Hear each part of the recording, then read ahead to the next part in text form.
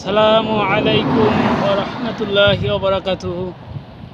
দর্শক, আমরা এই মুহূর্তে দাঁড়িয়ে আছি ঢাকা আরিচার হাইওয়ের পাশাপাশি।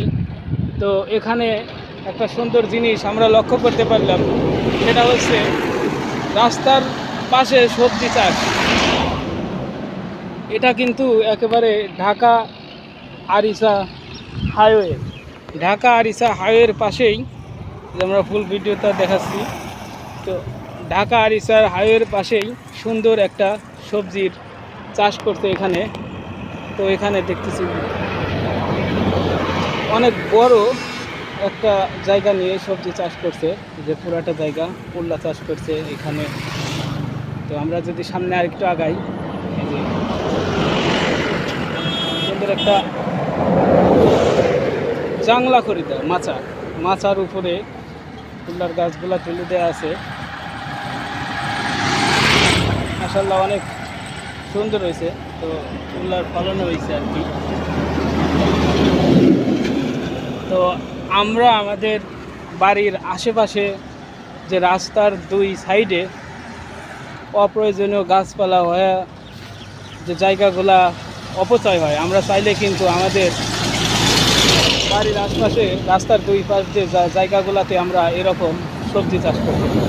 এদের সামনে আগাছি, এখানে সিম চাষ করা হয়েছে, কুল্লার পাশাপাশি সিম। মাশাআল্লাহ এদিকে অনেক সুন্দর হয়েছে আর কি, যে সিম গাছ, তারপর কিছু ঝিঙা গাছ আছে। অনেক বড় এরিয়া আর কি রাস্তার এক পাশ দিয়ে সবজিগুলো চাষ করা হয়েছে।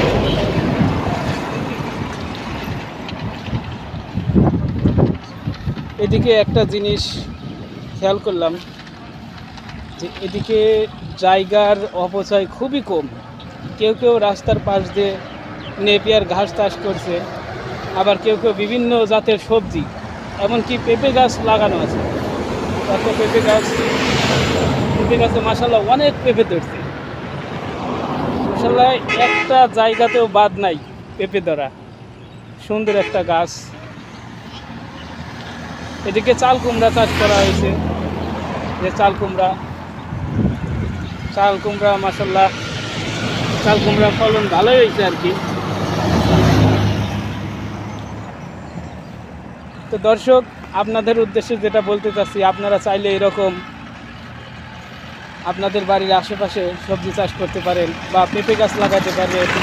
পেঁপে গাছ যদি নিরাপত্তা না থাকে তাহলে আপনারা কলা চাষ করতে পারেন। কলা, যেমন আনাস কলা আছে, তারপর কিছু জাতের কলা আছে, ওগুলো আপনারা চাষ করতে পারেন।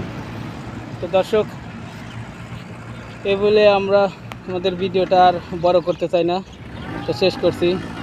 আসসালামু আলাইকুম ওয়া রাহমাতুল্লাহি ওয়া বারাকাতুহু।